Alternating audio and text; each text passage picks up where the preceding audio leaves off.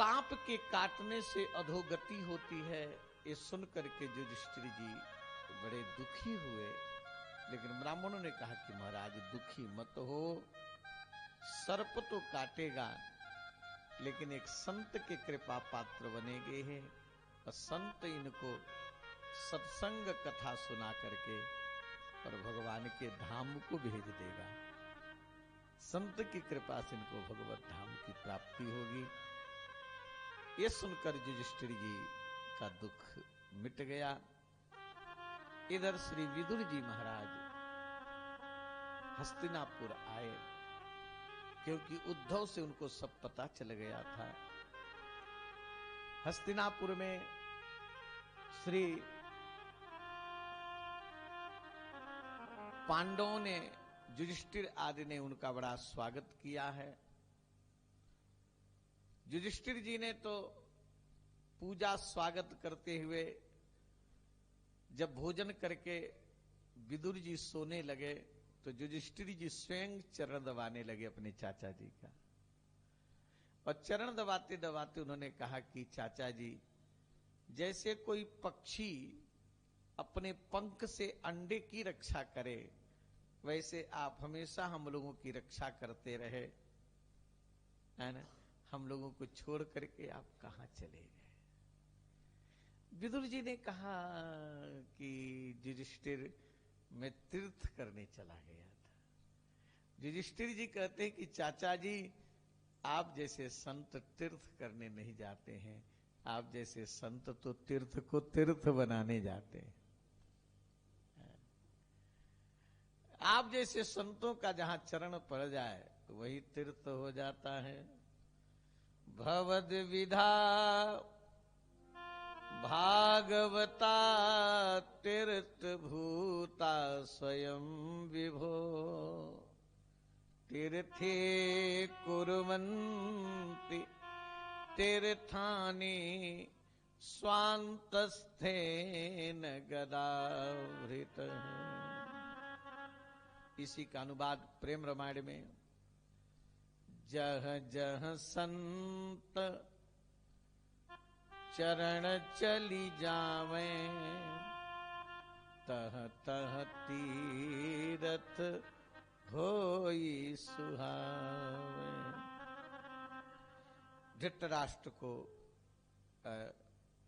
धृतराष्ट्र का कल्याण करने के लिए युधिष्ठिर को समझा करके विदुर जी महाराज धृतराष्ट्र के पास पहुंचे। और धृतराष्ट्र जिसे कहते हैं कि भाई साहब, एक घर को छोड़ दो। राजन निर्गम्यताम शीघ्रम पश्येदम भयमागतम। श्री विदुर जी के आने का लक्ष्य यही है, अपने भाई का कल्याण। जो मेरा भाई,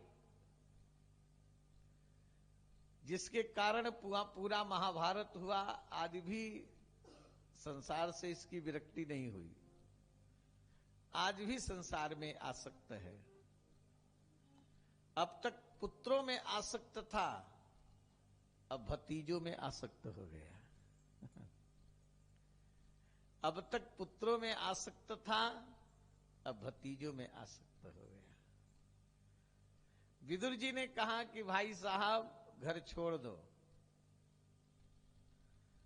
धृतराष्ट्र ने कहा कि विदुर, क्यों मेरे पीछे पड़े हो?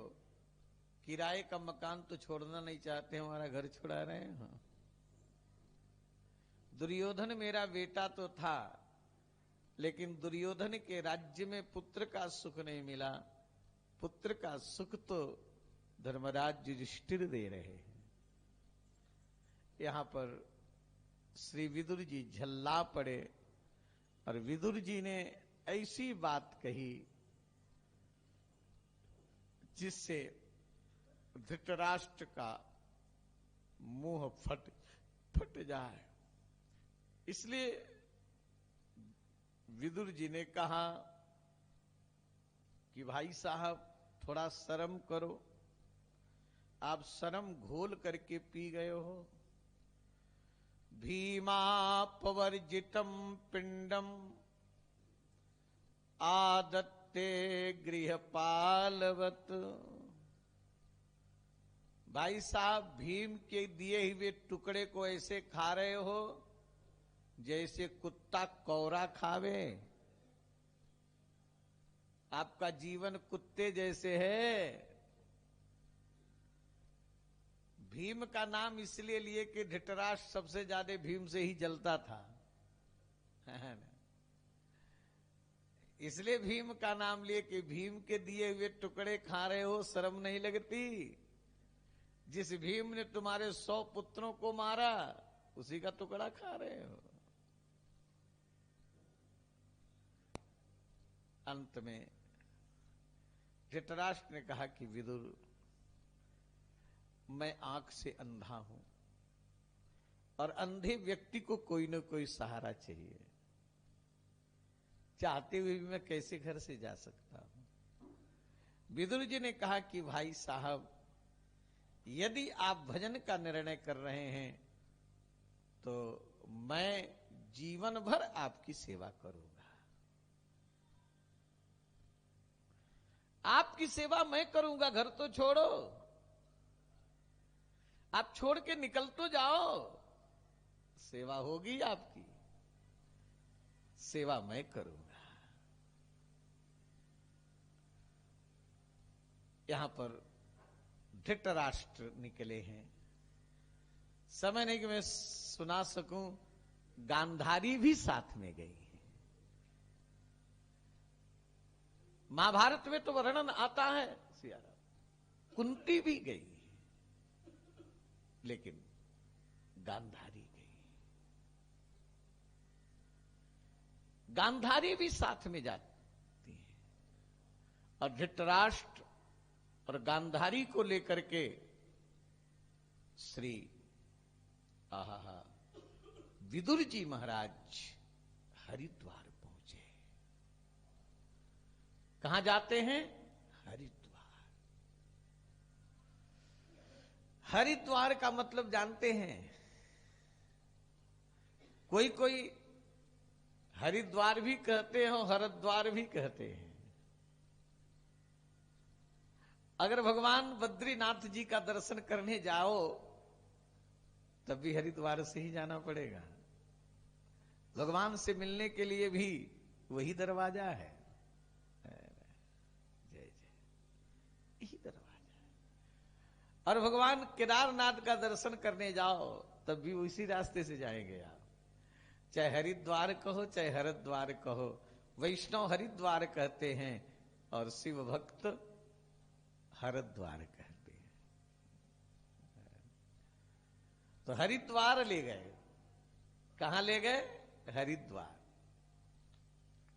और हरिद्वार में ले जाकर के जहां सप्त स्रोत है, वहीं पर महाराज विदुर एक कुटिया बना दी है। अब कुटिया बना के कहे, इसी कुटिया में अपने पाप का प्रायश्चित करो आप। 5वें दिन की बात है, ज्यादा मैं बता नहीं पाऊंगा। 5वें दिन श्री धृतराष्ट्र अपनी झोपड़ी में बैठे थे और माता गांधारी बाहर बैठी थी। ऐसा संजोग हुआ कि उस झोपड़ी में आग लग गई। आंख से अंधे हैं महाराज, आग लग गई। धू धू करके झोपड़ी जलने लगी। गांधारी पतिव्रता हैं। गांधारी को पता चला कि मेरे पति जल रहे हैं। जब मेरे पति जल रहे तो मैं जी करके क्या करूंगी? उसी अग्नि में गांधारी भी प्रवेश कर गई, वो भी जल करके भस्म हो गई। इधर श्री नारद जी, तुम्बरु, गंधर्व आदि युधिष्ठिर जी इन लोग के जाने के बाद बड़े दुखी थे, लेकिन नारद जी, तुम्बरु, गंधर्व ने उनको समझाया है। इधर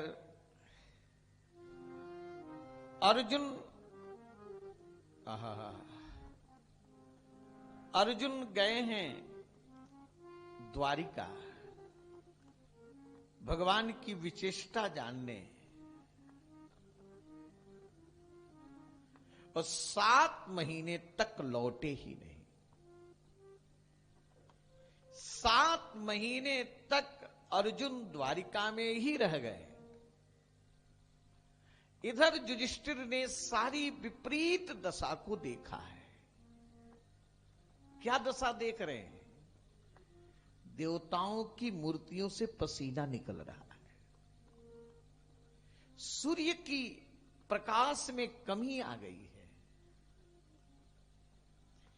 गायों के थन में दूध की जगह से खून निकल रहा है। हाँ? मृत्यु के दूत होते हैं उल्लू, कपोत,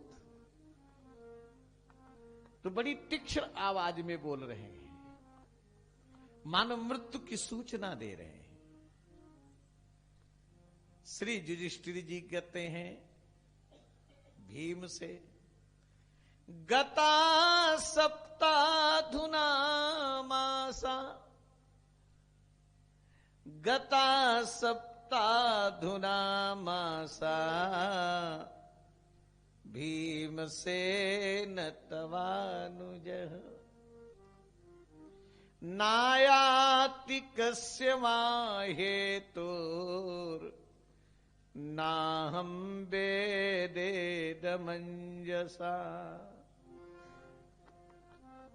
भीम, तुम्हारे छोटे भाई अर्जुन को गए हुए 7 महीने हो गए, अभी अर्जुन लौटे नहीं। क्या बात है, क्या बात है। देखो ना, विपरीत दशा दिख रही है। लोगों के मन में काम की अधिकता है, क्रोध की अधिकता है, लोभ की अधिकता है। ये कब होता है हो? जब कलयुग आता है। कलयुग में काम का आधिक्य, क्रोध का आधिक्य, लोभ का आधिक्य।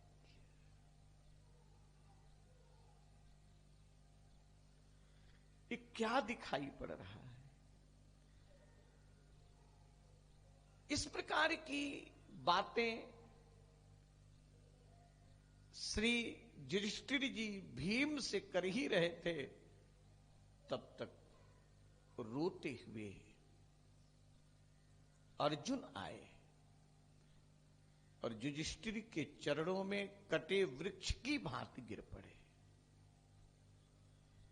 कटे वृक्ष की भांति गिर पड़े और फपक फपक करके रोने लगे। अर्जुन को रोते हुए देख करके युधिष्ठिर जी पूछते कि अर्जुन, तुम रो रहे हो? स्त्रियों जैसे रो रहे हो?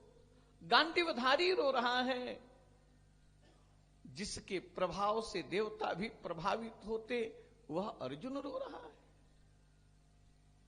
कहीं तूने गौ की हत्या तो नहीं कर दी? कहीं तूने ब्राह्मण की हत्या तो नहीं कर दी? कहीं तूने संत ऋषि मुनियों का अपमान तो नहीं कर दिया? कहीं तुमसे अगम्यागम्य तो नहीं हो गया? तुम्हारा प्रकाश, तुम्हारा प्रभाव कहां गया? युधिष्ठिर के इस प्रकार पूछने पर श्री अर्जुन अपने आंखों के आंसुओं को पोंछ करके और क्या कहते हैं उसको सुनो। वंचितो हम महाराज हरिणा बंधुरूपिणा, वंचितो हम महाराज हरिणा बंधुरूपिणा, एन में पहृतम तेजो देव विस्मापनम। हे महाराज, मैं ठगा गया, बर्बाद कर दिया गया, लूटा गया। किसने लूटा? हरिणा बंधु रूपिणा। मेरे संबंधी, मेरे सुहृद, मेरे सखा बन करके मेरे प्रभु कृष्ण ने मुझको लूट लिया, बर्बाद कर दिया। हमको छोड़ करके जो तेज मेरे पास था वो मेरा नहीं था। जहां जहां मेरी शक्तियां प्रकट हुई वहां वहां मेरी कोई शक्ति नहीं थी। सारी शक्ति, सारा तेज, सारा प्रभाव तो मेरे कृष्ण का था। ध्यान देना, समय नहीं कि मैं यहां तक बता सकूं। जीवन में जो कुछ मिला है, जो कुछ आपके पास में शक्ति है, प्रभाव है, बल है, योग्यता है, अपना मत मानना, ये भगवान का प्रसाद मानना। ठाकुर जी ने दिया है। अर्जुन कहते मैं वही अर्जुन हूं जो मेरे सामने देवता भी मेरे शक्ति के सामने आश्चर्यचकित होते थे। उसी अर्जुन को रास्ते में लकड़ी का धनुष बाण लेकर के भीलों ने लूट लिया। मैं कुछ नहीं कर सका, भीलों ने लूट लिया। आहा, इसलिए मेरे भाई, जब आप सब कुछ भगवान का मान लोगे तो आपको अभिमान होगा। धन, परिवार, पद, प्रतिष्ठा ठाकुर जी ने दिया है। उनका मान करके उनकी सेवा में लगाओ, उसका सदुपयोग करो। जहां अपना मान लोगे आप 2 कौड़ी के हो जाओगे।